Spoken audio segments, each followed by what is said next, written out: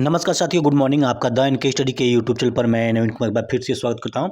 तो परीक्षाओं को पटरी पर लाने के लिए रोज का लक्ष्य निर्धारित किया जा रहा है। लंबित मुकदमों के निस्तारण और पुरानी भर्तियों में उलझा शिक्षा सेवा चयन आयोग। जी हाँ, ऐसी स्थिति उत्पन्न नहीं होती अगर समय रहते जो है कि सरकार पुराने ही आयोग से असिस्टेंट प्रोफेसर टीजीटी और पीजीटी की भर्ती करा लेती, तो आज नियुक्ति पद सभी अभ्यर्थियों के हाथ में होते, वे कहीं ना कहीं पढ़ा रहे होते। लेकिन ऐसा नहीं हो सका। अब जो है कि हवाला दिया जा रहा है कि परीक्षाओं को पटरी पर लाने के लिए रोज का लक्ष्य निर्धारित किया जा रहा है। पुरानी भर्तियों में वो शिक्षा सेवा चयन आयोग उलझा। आखिर क्यों उलझा? ये तो जानबूझ के उलझने वाली बात है कि सरकार भी यही चाहती थी कि इस परीक्षा को उलझाया जाए और बखूबी कामयाब भी हुई। कर्मचारियों और अफसरों से प्रतिदिन मांगी जा रही है कार्यों से संबंधित रिपोर्ट। तो लगभग 60 दिन होने को हैं जब अध्यक्ष जी कार्यभार संभाल चुकी हैं। उसके बावजूद अभी तक टीजीटी, पीजीटी या फिर असिस्टेंट प्रोफेसर के रिगार्डिंग कोई भी न्यूज़ सामने निकल कर नहीं आ रही है कि आखिरकार उसका एग्ज़ाम कब होगा, परीक्षाओं से संबंधित कैलेंडर कब जारी किया जाएगा, परीक्षा होगी भी या नहीं होगी। तो क्या है न्यूज़, उसको देख लेते हैं। उससे पहले चैनल पर नया है तो उसको एक लाइक और सब्सक्राइब जरूर करें। उत्तर प्रदेश शिक्षा सेवा चयन आयोग के गठन के साथ ही आयोग को कई लंबित भर्तियों और मुकदमों की जिम्मेदारी भी मिली है। काम की अधिकता के कारण आयोग नई भर्तियों पर कोई निर्णय नहीं ले पा रहा है। तो अब ये बिना मतलब की बात की जा रही है कि काम की अधिकता के कारण, तो काम की अधिकता होगी ही जब विभिन्न प्रकार के आयोगों को मर्ज करके एक ही आयोग बनाया गया है और एक ही आयोग को सारे एग्जाम कराने हैं, तो काम की अधिकता तो बढ़ेगी ही। और जो जितने भी लंबित मुकदमे हैं विभिन्न आयोगों पर, वो भी तो ऑटोमेटिक नए आयोग पर आ ही जाएगा। तो इसमें कोई नई बात नहीं है। ये सरकार को, आयोग को, सभी को पहले ही से पता था कि ऐसी जिम्मेदारी मिलने वाली है। अब जिम्मेदारी से शायद भागने से कुछ नहीं होगा।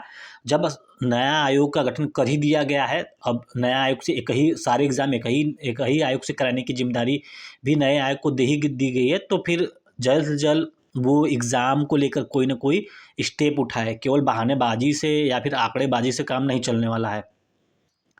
तो ऐसे में लंबित भर्तियों और मुकदमों को निपटाने के साथ नई भर्ती प्रक्रिया शुरू करने के लिए आयोग की अध्यक्ष प्रोफेसर कीर्ति पांडे ने अफसरों के लिए प्रतिदिन का लक्ष्य निर्धारित कर दिया है।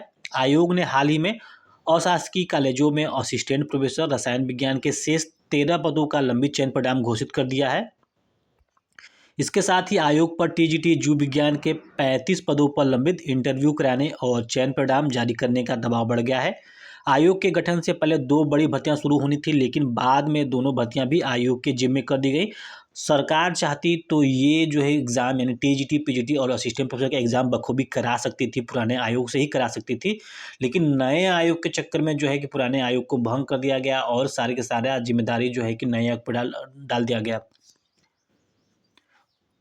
इनमें अशासकीय महाविद्यालयों में असिस्टेंट प्रोफेसर के 1017 पदों और अशासकीय माध्यमिक विद्यालयों में टीजीटी, पीजीटी के 4163 पदों पर भर्ती शामिल है।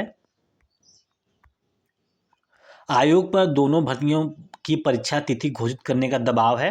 इन लंबित भर्तियों को पूरा कराने के साथ आयोग को लंबित मुकदमों का भी निस्तारण करना है, क्योंकि शिक्षा सेवा चयन आयोग में उच्चतर शिक्षा सेवा आयोग और माध्यमिक शिक्षा सेवा चयन बोर्ड का विलय होने के बाद उनके मुकदमे भी आयोग को हस्तांतरित कर दिए गए हैं। आयोग में अब तक विधि अधिकारी की नियुक्ति नहीं हुई है, सो मुकदमों के निस्तारण की जिम्मेदारी भी दूसरे कर्मचारियों और अफसरों पर है।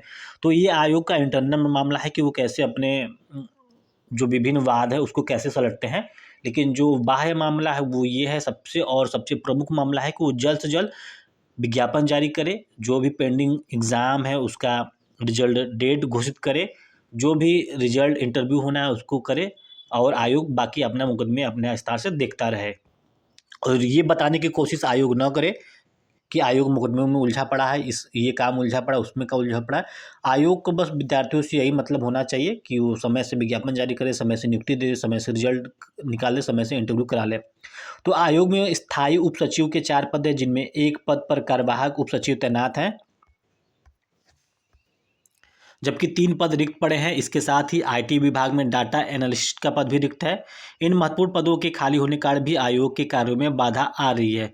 आयोग के सूत्रों का कहना है कि अध्यक्ष ने सभी कर्मचारियों और अफसरों के लिए रोज का लक्ष्य निर्धारित कर दिया है।